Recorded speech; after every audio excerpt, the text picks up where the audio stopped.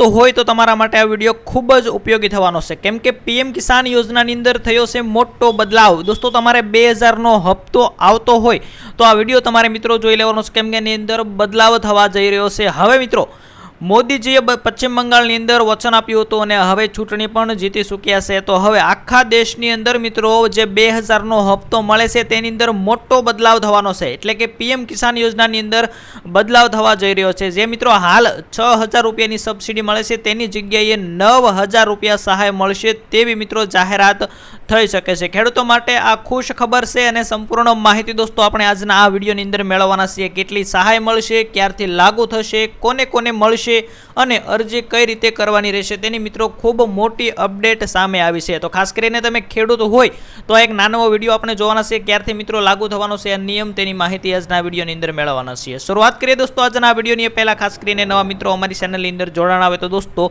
Like કરી દેજો, ચેનલને સબસ્ક્રાઇબ કરી દેજો। અમે ગુજરાત સરકારને લગતી અથવા તો ભારત સરકારને લગતી તમામ યોજનાઓની માહિતી લઈને આવતા હોઈએ છીએ। દોસ્તો આજે વાત કરવાના છીએ પીએમ કિસાન યોજનાની અંદર મોટો બદલાવ થવા જઈ રહ્યો છે તેની।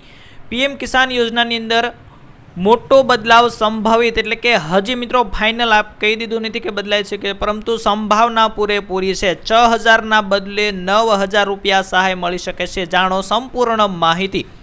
દેશના ખેડૂતો માટે કેન્દ્ર સરકારની પ્રધાનમંત્રી કિસાન સન્માન નિધિ યોજના એક મહત્વપૂર્ણ આર્થિક સહારો છે। હાલમાં આ યોજના હેઠળ ખેડૂતોને દર વર્ષે 6000 રૂપિયાની સહાય આપવામાં આવે છે, જે 3 હપ્તામાં આવે છે, એટલે કે દર 4 મહિને ખેડૂતોના ખાતામાં 2000 રૂપિયા જમા થાય છે। તો મિત્રો આ યોજના છે તે ગરીબ અને મધ્યમ વર્ગના ખેડૂતો માટે ખૂબ જ ઉપયોગી સાબિત થયેલી છે। આટલા માટે પ્રધાનમંત્રીની અંદર મિત્રો આની અંદર સહાયની અંદર વધારો કરવાની પૂરેપૂરી સંભાવના રહેલી છે। હવે આ યોજનાને લઈને એક મહત્વપૂર્ણ ચર્ચા શરૂ થઈ છે, જેની અંદર સહાયની રકમ 6000 રૂપિયાથી વધારીને 9000 રૂપિયા કરવાની વાત હાલ ચાલી રહી છે અને ખૂબ આ મુદ્દો ચર્ચાની અંદર આવ્યો છે।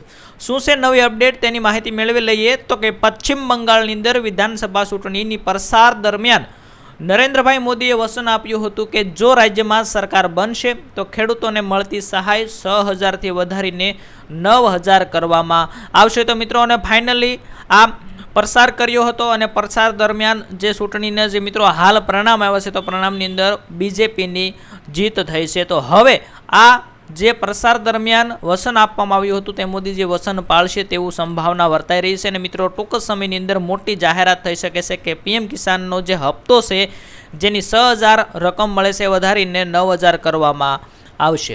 તાજેતરમાં જાહેર થયેલા ચૂંટણીના પરિણામોની અંદર ભાજપની પ્રચંડ જીત જોવા મળી હતી, જેના કારણે હવે આ વચન અંગે વધુ ચર્ચા તેજ બની છે।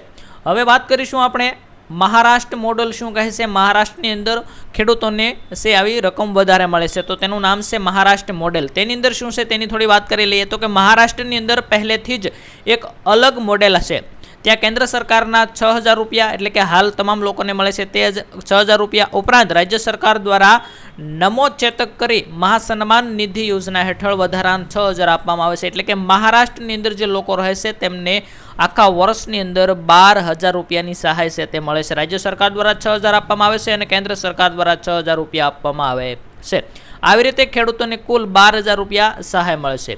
એવી શક્યતા વ્યક્ત કરવામાં આવી છે કે આવો મોડેલ અન્ય રાજ્યોમાં પણ અમલમાં આવી શકે છે। તો આ 12000ની દોસ્તો હજુ સુધી સત્તાવાર જાહેર થઈ નથી। હવે થોડી વાત કરીએ તો કે 23મી કિસ્ત એટલે કે ખેડૂતનો પીએમ કિસાનનો 23મો હપ્તો ક્યારે આવશે તેની ખેડૂતો રાહ જોઈ રહ્યા હોય તો તેના માટે પણ થોડી અપડેટ છે। તો ખેડૂતો હવે 23મા હપ્તાની રાહ જોઈ રહ્યા છે। 22મો હપ્તો છે તે માર્ચ 2026માં જમા કરવામાં આવ્યો હતો। અનુમાન મુજબ આગામી કિસ્ત જૂનના અંત અથવા તો જુલાઈની શરૂઆતમાં ખેડૂતોના ખાતામાં આવી શકે છે, એટલે કે મિત્રો આવનારો 23મો હપ્તો છે તે જૂન મહિનાના અંતમાં અથવા તો આગામી જૂન અથવા તો જુલાઈની શરૂઆતમાં આ મળી શકે છે।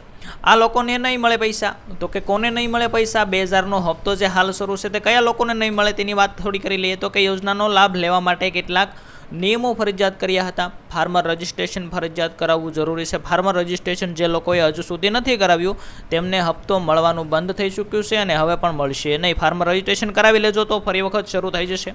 ત્યાર પછી એક પરિવારમાંથી માત્ર ને માત્ર એક વ્યક્તિને લાભ મળે છે, એટલે કે બંને વ્યક્તિને લાભ મળવાપાત્ર થતો નથી, તો ખાસ તે પણ લોકોને લાભ નહીં મળે। ત્યાર પછી તો કે બેંક ખાતા સાથે આધાર કાર્ડ લિંક કરાવવું હોવું જોઈએ, એટલે કે બેંક સાથે આધાર કાર્ડ લિંક નહીં હોય તો પણ તમને હપ્તો મળવાપાત્ર થશે નહીં. અને સાથે સાથે KYC પૂર્ણ કરેલું હોવું જોઈએ. જે લોકોનું KYC પૂર્ણ કરેલું નહીં હોય PM KYC, તેમને પણ હપ્તો છે તે મળવાપાત્ર થવાનો નથી. તો દોસ્તો આ હતી માહિતી આજના વિડીયોની. ખૂબ સારી એવી માહિતી હતી. નવી અપડેટ આવી ચૂકી છે, જેની અંદર તમને મિત્રો પસંદ આવ્યો હોય વિડીયો તો લાઇક કરી દેજો, ચેનલને સબસ્ક્રાઈબ કરી દેજો, કેમ કે ટૂંક સમયની અંદર આ બદલાવ છે તે થવાનો છે. અને આની નાની એવી માહિતી હશે તો પણ અમે વિડીયોની અંદર મિત્રો તમને આપીશું. તો ખાસ અમારી ચેનલ સાથે જોડાયેલા રહેજો.